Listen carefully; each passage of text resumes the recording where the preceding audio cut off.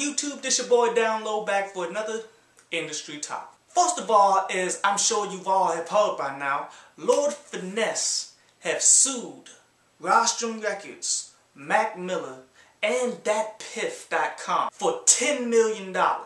Basically saying there was copyright infringement, unfair competition, unjust enrichment, deceptive trade practices, and more in relation to his track Hip to the Game being sampled on the Kids mixtape from Mac Miller that dropped a long time ago, in which the track that it was sampled on was Kool-Aid and Frozen Pizza. Now recently Rostrum Records came out and released a statement saying that they're going to back Mac Miller all the way. Basically they claim that Lord Finesse knew of this sample a long time ago, and that he and Mac Miller actually had plans to come together and do some music. Now people gotta understand the loophole in copyright infringement, in which this is why mixtape artists are able to get away with sampling whatever they want, is because they're not making any money from these mixtapes. If you are not making direct funds from that sample, then typically you cannot be sued for using it. But this case is unique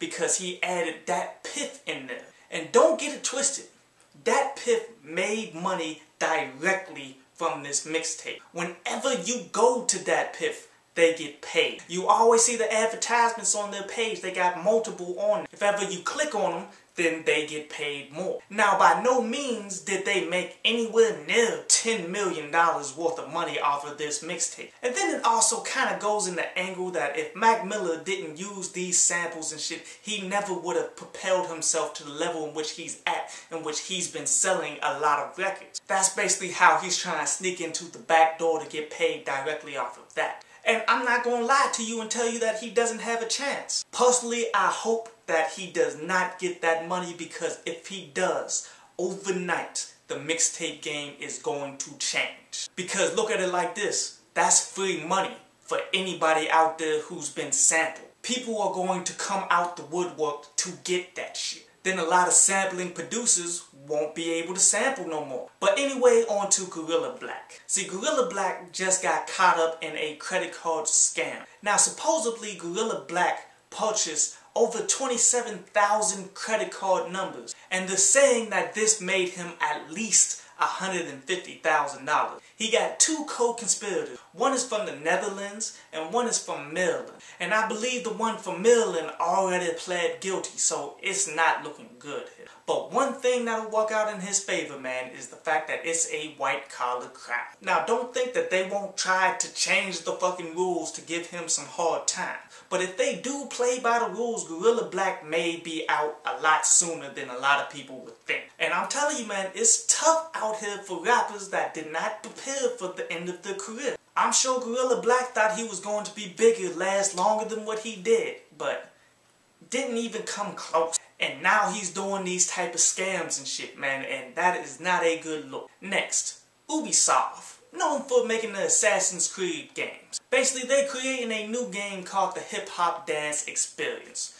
And you already know what this is probably going to be, man. It's probably going to be on like the Kinect for the Xbox 360 or some shit, in which you just dancing to some music. And we all know these types of games are ass. But that soundtrack is no fucking joke, because rappers get paid for that shit. Not as well as many people think. Like, look at it like this. If they actually paid royalties, like radio stations and shit have to pay royalties to the RIAA, then they would never make any money off these games. So what they came up with is leasing the rights to these games. Basically, they hit them with a hard fee, in which labels get their money first, but then it trickles down into the artist. And lastly, Rockie Fresh gets signed to Maybach Music, in which this was very interesting. Looking at Rick Ross's track record when it came to him signing new artists, he would always go for the artists that has emerged, that established themselves. And that shit has worked out for him thus far. But in this case, he's taking more of a risk,